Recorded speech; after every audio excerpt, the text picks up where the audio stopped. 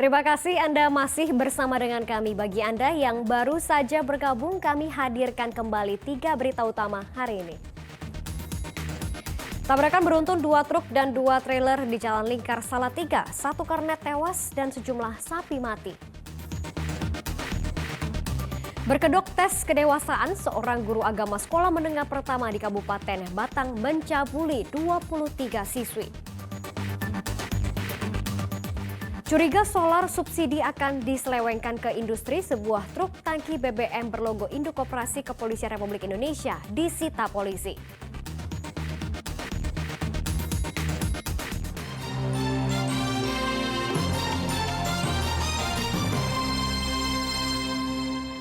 Sebuah truk tangki bermuatan 24 ton solar subsidi diamankan jajaran Polres Blora.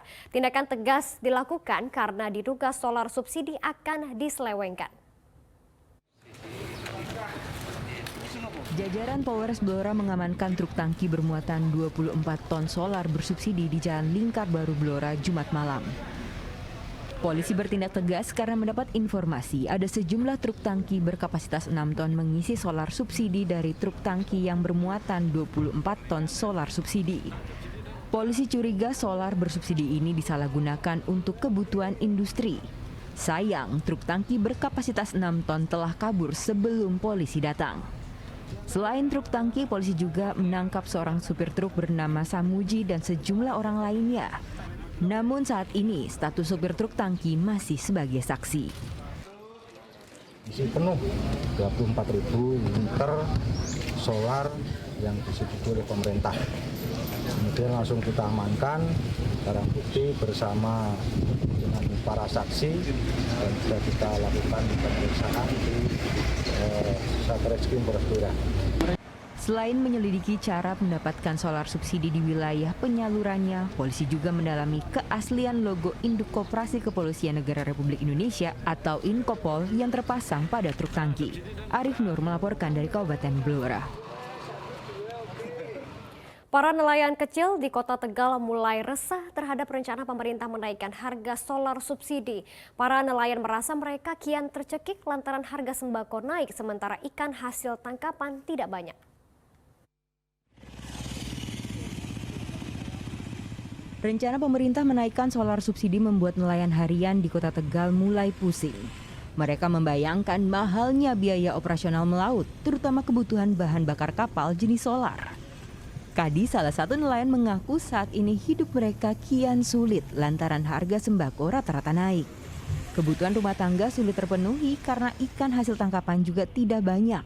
Karena itu, Kadi mengaku kian terhimpit jika harga solar bersubsidi naik. Selama ini ia menghabiskan uang Rp150.000 sekali melaut bersama 2 orang temannya. Namun hasil ikan tangkapannya jika dijual hanya Rp300.000. Jumlah ini pun dibagi 3 dengan rekannya sehingga tidak bisa mencukupi kebutuhan keluarga. Kabarnya kalau dinaikin ya kan nggak kuat orang nelayan, Mas.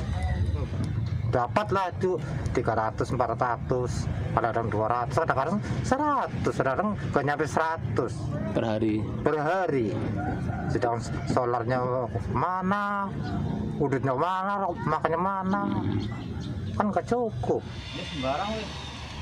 Data Himpunan Nelayan Seluruh Indonesia menunjukkan jumlah kapal nelayan pengguna BBM bersubsidi se-Jawa Tengah sekitar 25.000 kapal.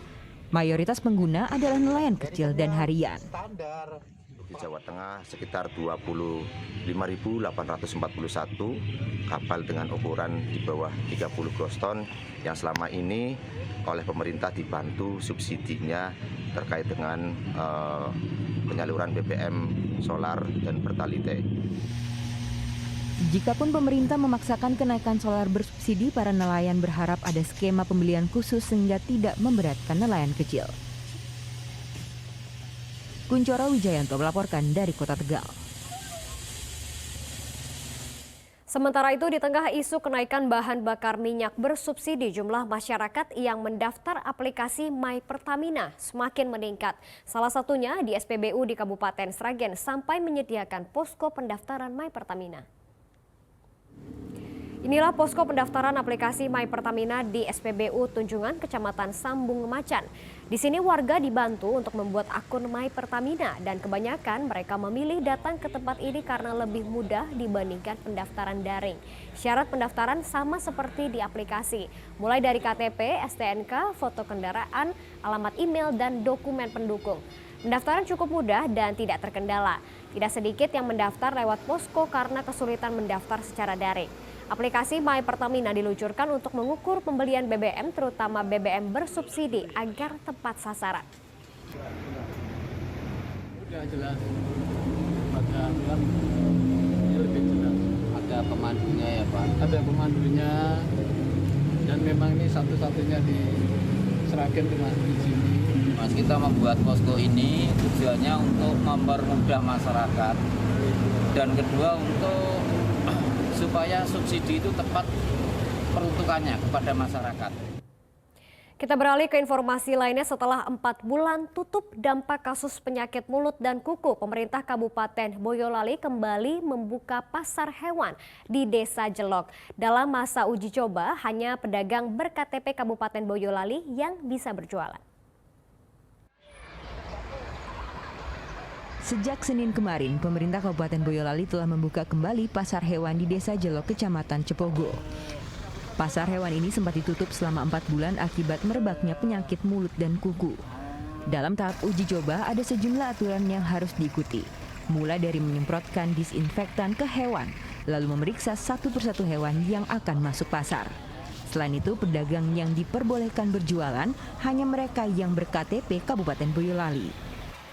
Admin KTP juga harus Boyolali, mobilator harus juga Boyolali. Insya Allah semuanya akan berjalan lancar. Intinya dari luar daerah nggak boleh? Iya, dari luar daerah dalam uji coba tidak diperbolehkan. Kasus PMK di Boyolali sekitar 5.000 ekor. 97 diantaranya mati. Namun kini sebagian besar sudah sembuh dan yang masih sakit sisa 1.300 ekor.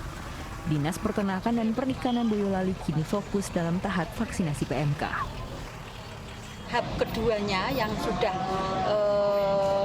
dari jumlah 3.000 dulu itu sudah kita lakukan ulang. Kemudian jadi yang revaks ini sudah yang 4.900 kan harus direvaks ini sudah. Meski masih sepi, pembukaan kembali pasar hewan ini disambut baik para pedagang. Enggak rugi, yang penting pasar itu ada ajang untuk sarana jual beli, Mas. Gitu. Ya. Terus kondisi saat ini gimana, Mas? Aman. Aman ya? Aman. Terus pasar masih sepi atau sudah? Ya sepi tetap. Sepi. Waktu buka pasar juga dibatasi, mulai dari pukul 7 pagi hingga 3 sore. Yulianto melaporkan dari Kabupaten Boyolali. Dan informasi tadi mengakhiri jumpa kita hari ini. Atas nama rekan yang bertugas, saya Janet Lee mengucapkan terima kasih atas kebersamaan Anda. Selamat beraktivitas dan sampai jumpa.